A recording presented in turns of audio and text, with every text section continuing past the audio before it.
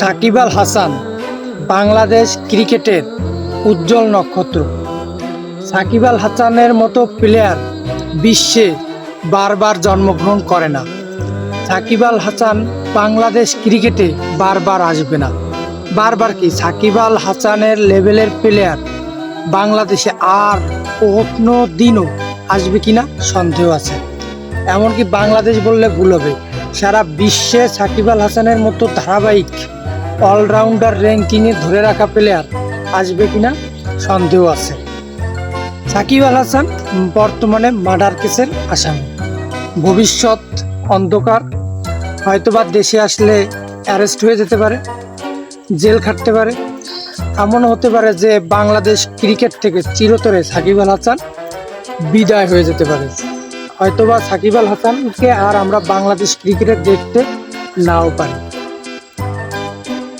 সাকিব আল হাসানের মামলাটা যে একটা রাজনৈতিক প্রতিহিংসা, এতে কারো মনে কোনো সন্দেহ থাকার কথা না। কারণ সাকিব আল হাসান আইসা গুলিও করে নাই, আইসা মার্ডারও করে নাই। আর যখন এই হত্যাকাণ্ড সংঘটিত হয়েছে তখন সাকিব আল হাসান বাংলাদেশেই ছিল না।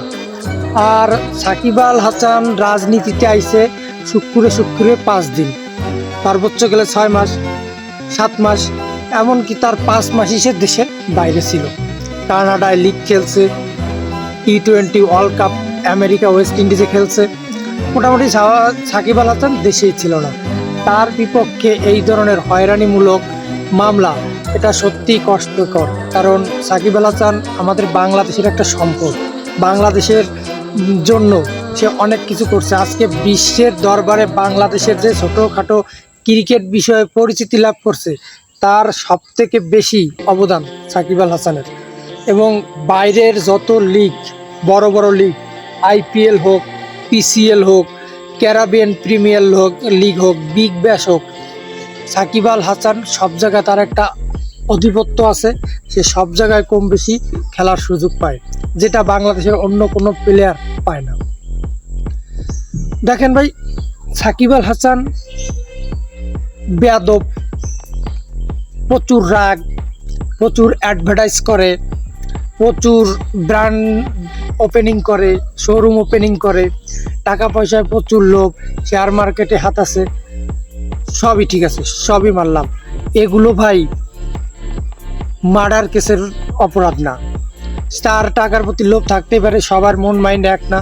সে প্রচুর টাকা ইনকাম করতে চায়, সে অ্যাড করে, ভাই এটা তো সে পরিশ্রম করতেছে, সে তো বিনামূল্যে এই টাকাগুলো নিচ্ছে না। দেখেন, রিজওয়ানকে বল ছুঁড়ে মারছে সাকিব আল হাসান।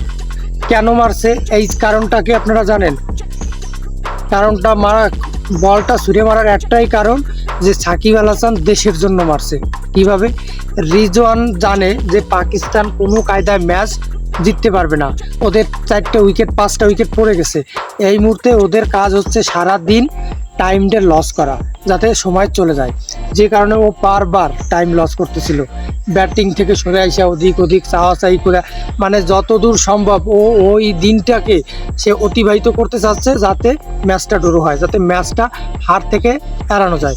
কিন্তু সাকিব আল হাসান চাচ্ছিল যে কোনো মূল্যে ম্যাচটা জিততে। যে কারণে সে টেম্পার ধরে রাখতে পারে নাই, বল চালায় মারছে। ভাই, ইটের জবাব পাটকেল দিয়ে দিতে হবে।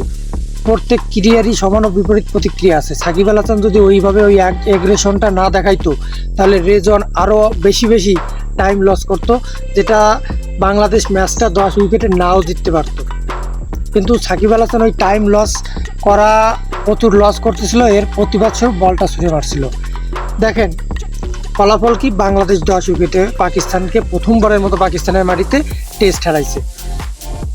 এশিয়া কাপে শ্রীলঙ্কা ভার্সেস বাংলাদেশের ম্যাচে অ্যাঞ্জেলো ম্যাথুজকে টাইম আউট করছিল। দেখেন ওই ম্যাচটায় একমাত্র, মানে শ্রীলঙ্কার সব প্রফেশনাল ব্যাটসম্যান আউট হয়ে গেছিল, একমাত্র প্রফেশনাল ব্যাটিং অ্যাঞ্জেলো ম্যাথুজই ছিল। অ্যাঞ্জেলো ম্যাথুজ আউট হয়ে যাওয়া মানে বাংলাদেশ ম্যাচটা জিতে যাওয়া। সাকিব ওই সুযোগটা কাজে লাগাইছে এবং ওই দিনকে ওই টাইম আউটটা বেয়াদবি করে সাকিব আল হাসান করছে বিদায় বাংলাদেশ সরাসরি আজকে চ্যাম্পিয়ন্স ট্রফি খেলার গৌরব অর্জন করছে। আর না চ্যাম্পিয়ন্স ট্রফি থেকে বাদও যাইতে পারতো। এখন এই বেয়াদবিটা করায় সাকিবের দুর্নাম হয়েছে, অনেক হেড পাইছে, কিন্তু লাভটা কার হয়েছে?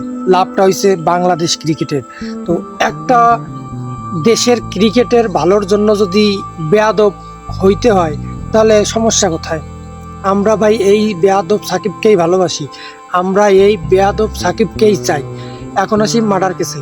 ভাই সাকিব আল হাসানের বিরুদ্ধে এই মিথ্যা মামলা, এটা কোনো কায়দাই সম্ভব না। একদল স্বার্থান্বেষী মানুষ সাকিবকে হয়রানিমূলক এই মামলা দিছে, যেটা তীব্র নিন্দা এবং প্রতিবাদ জানাই, এবং এই মামলা অচিরেই প্রত্যাহার করার জোর দাবি জানাচ্ছি।